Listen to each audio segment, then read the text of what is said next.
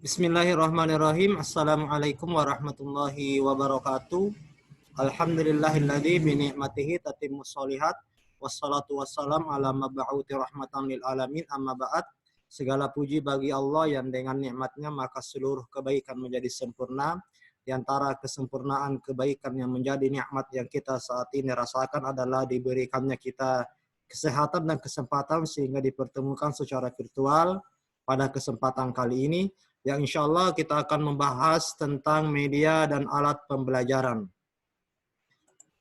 Baiklah, sebelum kita lebih lanjut membahas pemaparan tentang media dan alat pembelajaran, terlebih dahulu kami sampaikan biodata daripada kami. Nama lengkap Muhammad Asri Taylor, SPD. Kemudian saat ini kami menjabat sebagai Kepala SMP Islam Terpadu Hidayatul Ummah Kabupaten Takalar.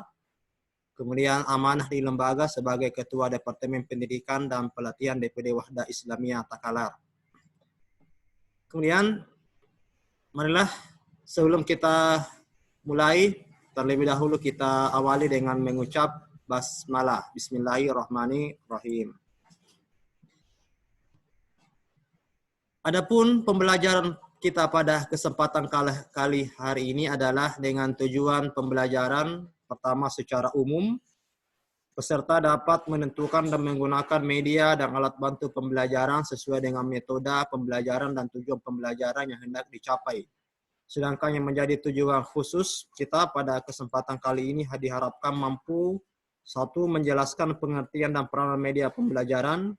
Yang kedua, menjelaskan pengertian dan peranan alat bantu pembelajaran.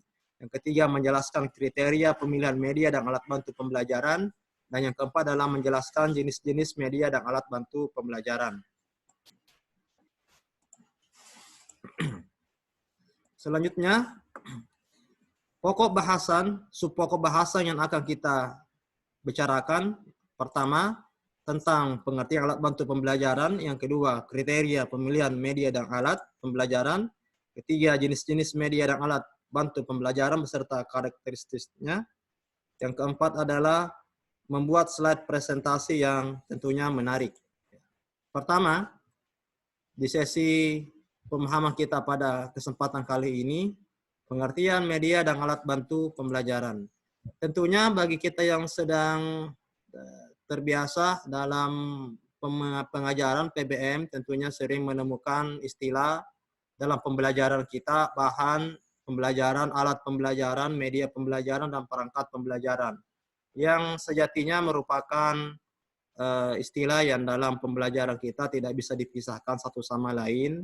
Namun dalam konteks implementasinya tentunya memiliki posisi atau ruang yang berbeda. Bahan dan alat pembelajaran biasanya lebih pada bagaimana pembelajar, dalam hal ini peserta, lebih memahami atau menerapkan mencapai tujuan pembelajaran. Sehingga bahan pembelajaran biasanya dalam bentuk alat atau bahan yang habis pakai, kertas, lem, atau kemudian berbagai kertas flanel lainnya. Sedangkan alat pembelajaran biasanya digunakan oleh peserta didik untuk mampu memahami atau mencapai tujuan pembelajaran. Misalnya dibutuhkan seperti mistar, kemudian beberapa hal yang nantinya dibutuhkan untuk mencapai tujuan pembelajaran dari yang digunakan oleh peserta didik. Sedangkan media dan perangkat pembelajaran ini identik dengan tugas pengajar fasilitator dalam hal menyampaikan informasi kepada peserta. Media pembelajaran biasanya dalam bentuk perancangan desain yang diterapkan oleh fasilitator. Sedangkan perangkat pembelajaran ini berisi struktur capaian kompetensi atau tujuan yang ingin dicapai dari struktur pengajaran tersebut. Baiklah, pada kesempatan kali ini kita lebih dahulu membahas tentang pengertian media pembelajaran. Media itu berasal dari bahasa Latin yang merupakan bentuk jamak dari kata medium, yang secara harfiah berarti perantara atau penghantar. Atau mungkin dalam kebiasaan kita disebut dengan wasilah, yang mengantarkan kita sebagai bagian dari proses pembelajaran, sehingga dalam yang proses tersebut yang bernuansa learning terjadi interaksi antara pembelajaran, pelatih dan fasilitator dan pembelajar itu sendiri. Proses interaksinya ini interaktif melalui media sebagai media wasilah. Yang intinya media ini dirancang, dipilih oleh pelatih, fasilitator atau guru.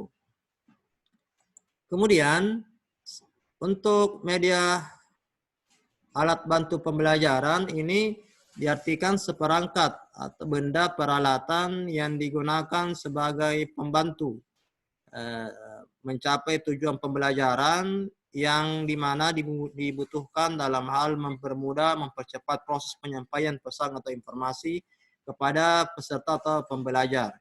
Misalnya alat bantu inilah yang kemudian digunakan oleh peserta untuk mampu memahami informasi melalui media pembelajaran yang diberikan oleh fasilitator atau peserta. Sehingga keduanya, peranan media dan alat pembelajaran memiliki peranan yang tentunya sangat urgent, sangat penting. Media pembelajaran atau instructional media berperan sebagai sarana yang bermuatan pesan, ide, materi yang memungkinkan terjadinya interaksi antara karya, baik dari fasilitator dengan peserta. Ada interaksi secara ada hubungan yang secara interaktif, ya, hubungan dua arah. Sedangkan alat bantu pembelajaran instructional aids berperan sebagai perlengkapan yang digunakan oleh pengajar untuk memperjelas materi yang disampaikan. Karena itu disebut juga alat bantu mengajar, ya, yang tentunya dibutuhkan dalam menyampaikan informasi yang dimaksud tersebut. Sehingga keduanya sangatlah dibutuhkan, berperan penting dalam hal efektivitas pembelajaran di lapangan. Ya, tentunya dalam memilih kriteria pemilihan media dan alat bantu pembelajaran dibutuhkan kemampuan untuk memilih media. Pertama, sesuaikan dengan tujuan pembelajaran khusus atau umum yang hendak dicapai. Tentunya perhatikan domain pembelajaran kita, apakah domain kognitif, domain afektif dengan level-level tertentu atau domain psikomotoriknya. Yang kedua, sesuaikan dengan karakteristik kemampuan pembelajar, contoh latar belakang, pendidikan, dan umur daripada peserta yang akan kita jadikan sebagai objek atau subjek pembelajaran. Yang ketiga, sesuaikan dengan ruang daya penunjang yang tersedia, meliputi biaya, waktu, ruang, dan sarana. Tentunya kriteria ini juga tidak jauh beda dengan pemilihan alat bantu pembelajaran. Pertama, sesuaikan alat bantu pembelajaran dengan tujuan pembelajaran kita baik umum atau khusus dalam domain tertentu, apakah kognitif, afektif, atau psikomotorik dalam level-level tingkatannya masing-masing. Kemudian sesuaikan alat bantu pembelajaran yang akan digunakan dengan metode yang kita gunakan. Kemudian menghasilkan efek pembelajaran yang lebih baik.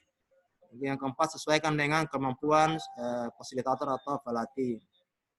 Baiklah, kita lihat jenis-jenis media pembelajaran menurut bentuknya. Pertama, media cetak, ya, bisa berbentuk buku teks, majalah. Yang kedua, media grafis, ya, bisa berbentuk sketsa, grafik, bagan, diagram, kartun, foto yang tentunya menampilkan informasi pesan. Yang ketiga adalah penggunaan media komputer, bisa LCD dengan menggunakan beberapa software aplikasi yang dioperasikan dengan bantuan komputer dan LCD. Kemudian yang keempat adalah media audio, misalnya kaset atau rekaman MP3 dan semacamnya. Kemudian media selanjutnya adalah media visual, ya, media yang bisa berupa gambar bergerak maupun tidak, baik bersuara maupun tidak, yang tentunya secara visual menampilkan pembelajaran yang memberikan informasi. Dan ada juga gabungan antara media audio dan media visual seperti tayangan film, tayangan TV, tayangan video, dan lain sebagainya. Inilah media sebagai jembatan informasi, jembatan pengetahuan. Sedangkan jenis-jenis alat bantu pembelajaran yang bisa kita sampaikan beserta karakteristiknya, yang pertama yang biasanya kita lihat itu menggunakan alat bantu non-projectik, ya, bisa buku pelajaran, textbook, handout, worksheet, whiteboard, papan tulis, flip chart, dan modeling. Modeling ini bisa dalam bentuk alat peraga, ya, baik bersifat tiruan maupun asli. Kemudian yang kedua yang biasa kita gunakan adalah alat bantu pembelajaran projected. Ya, ini yang biasa digunakan, tapi tentunya memerlukan listrik sebagai power supply karena perlu diproyeksikan ke layar proyeksi. Misalnya kita butuhkan OHP, overhead projector, ya ada juga slide proyektor yang tentunya menjadi pendukung dasarnya pembelajaran secara alat bantu secara proyektif ini. Inilah mungkin yang kita sempat bahas secara pemahaman kita secara mendasar di sesi ini. Tentunya evaluasi yang kita inginkan adalah peserta mengklasifikasikan alat dan media pembelajaran. Yang kedua, peserta mampu menjelaskan karakteristik alat dan media pembelajaran itu sendiri. Adapun referensi inilah referensi yang kami gunakan adalah modul file PSDM trainer of trainer DPD Wahda Islamiyah. Demikianlah penyampaian kami, lebih dan kurangnya mohon dimaafkan. Subhanakallahumma wa bihamdika asyhadu an la ilaha illa anta astaghfiruka wa atubu ilaik. Assalamualaikum warahmatullahi wabarakatuh.